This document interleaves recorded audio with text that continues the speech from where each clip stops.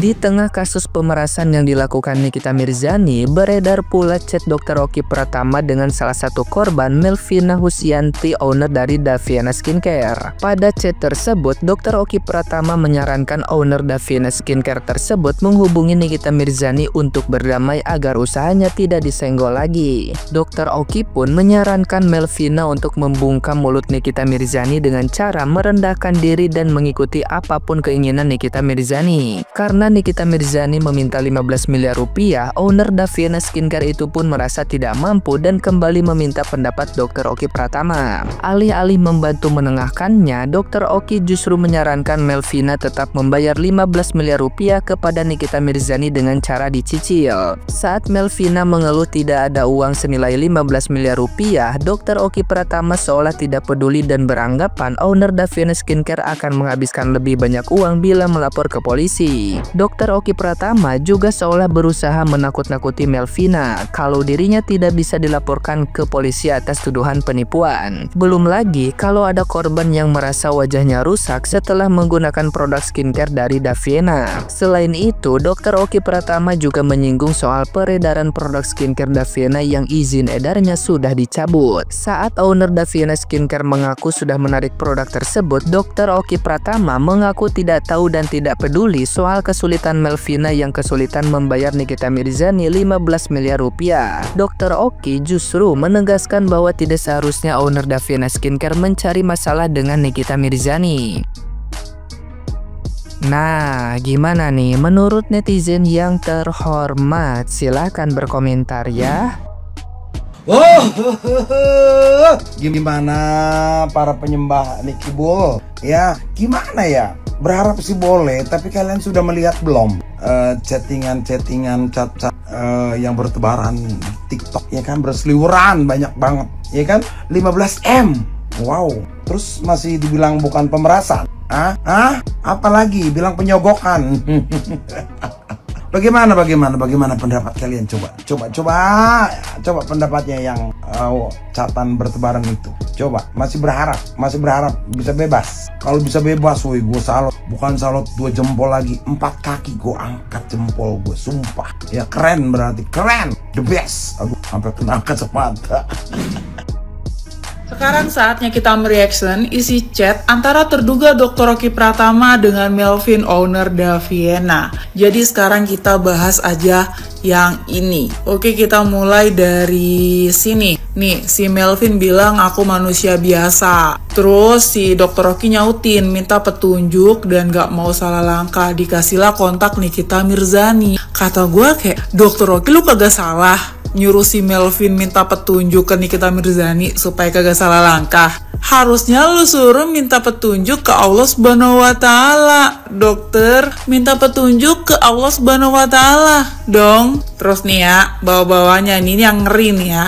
Bawa nama aku, pasti dia mau diajak bicara. Jadi Melvin ya, kalau kagak berhasil bawa nama Dr. Oki, lu bawa gorengan ya. Siapa tahu dia mau diajak bicara. Soalnya enak tuh buat berbuka puasa ya. Jangan banyak melawan kalau sama dia. Atlet taekwondo kali dok, banyak melawan ya. Terus ini ke bawah-bawahnya nih, kalian bisa baca ya. Melvin masih minta tolong baik-baik. Terus ini lanjutannya. Nih kita baca yang atas ini ya. Kata Melvin, hanya niat untuk menghilangkan sedikit bebanku. Melvin, kalau lu pengen menghilangkan sedikit beban, lu panggil kuli panggul. Kalau lu manggil Nikita Mirzani, beban lu nambah dong. Itu lu disuruh nyicil sampai 15 miliar. Nambah dong, berarti dong bebannya dong, ya kan? Nih kalian pause lah ya, kalian baca sepuasnya ya. Terus ini lanjutannya, kalian pause, kalian baca. Ini lanjutannya lagi. No, kata Dr. Oki, si Melvin disuruh bilang, Kak, pengennya aku nambah keluarga, Kak.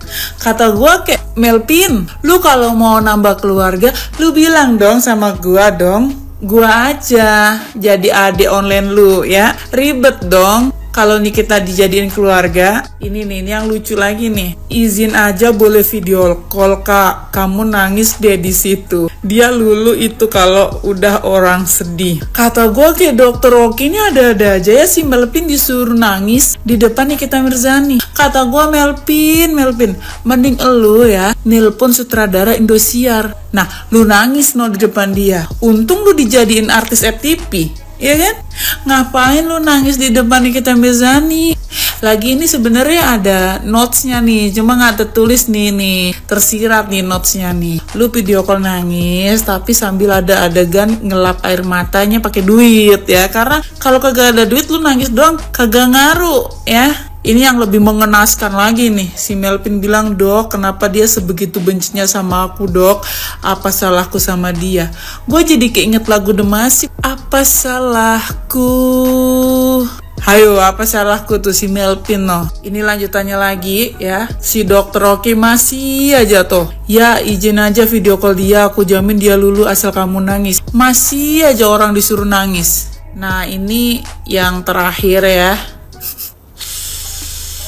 Aku jamin dia lulu asal kamu nangis. Beneran, nangis beneran dong. Karena ternyata diminta 15 miliar. Nih, si Melvin ngasih unjuk SS-an cecetan dia sama Nikita Mirzani, minta 15M. Terus si Melvin bilang, "Dok, mana sanggup sekarang aku kasih segitu.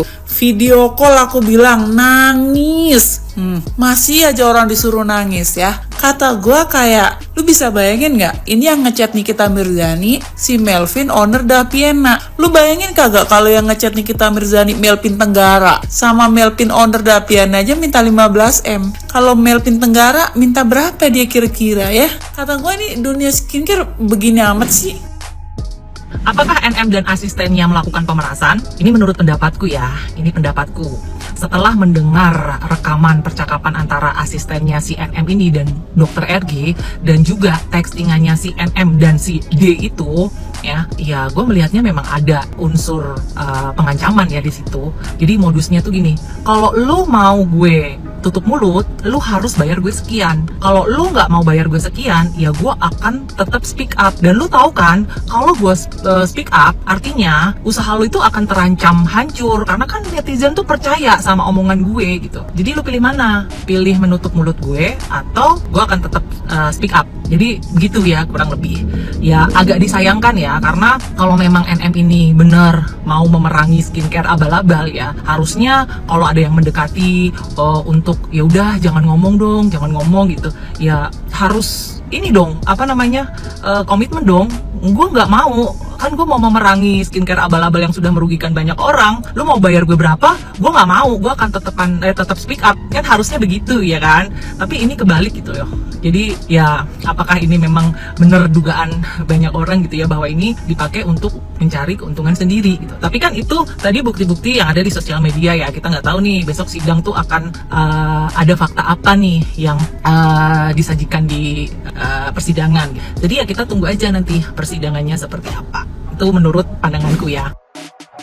Banyak rekaman yang beredar dalam kasus ini guys. Percakapan Dr. Edgatis dengan Dr. Oki, percakapan dengan Mail, bahkan kabarnya ada percakapan dengan dokter detektif. Nah anehnya ya, beberapa public figure dan orang-orang yang tidak ada kaitan langsung dengan kasus ini mengklaim sudah melihat rekaman secara utuh. Kalau rekaman ini berasal dari Dr. Edgatis dan suaminya, ini jadi pertanyaan besar guys. Apa sih tujuannya? Apakah ini strategi untuk menguatkan posisi hukumnya, ataukah justru malah menjadi senjata makan tuan? Karena dalam hukum guys, bukti yang disebar ke publik itu bisa menjadi pisau bermata dua. Menariknya guys, dari rekam-rekaman yang ada kita dapat menduga ya bahwa Reza Gladys sudah waspada sejak awal. Ia diduga merekam banyak peristiwa yang terkait dengan kasus. Ini menunjukkan bahwa dia sadar ada risiko dalam interaksinya dengan pihak tertentu. Tapi kalau sudah tahu dan waspada, mengapa dia tetap melanjutkan pendekatan ke orang yang ia anggap memiliki power untuk menjatuhkannya. Lalu bagaimana kalau di pengadilan nanti bukti yang ia kumpulkan justru tidak cukup kuat? Nah, ini bisa menjadi bumerang besar guys. Ada risiko tuduhan perekaman tanpa izin,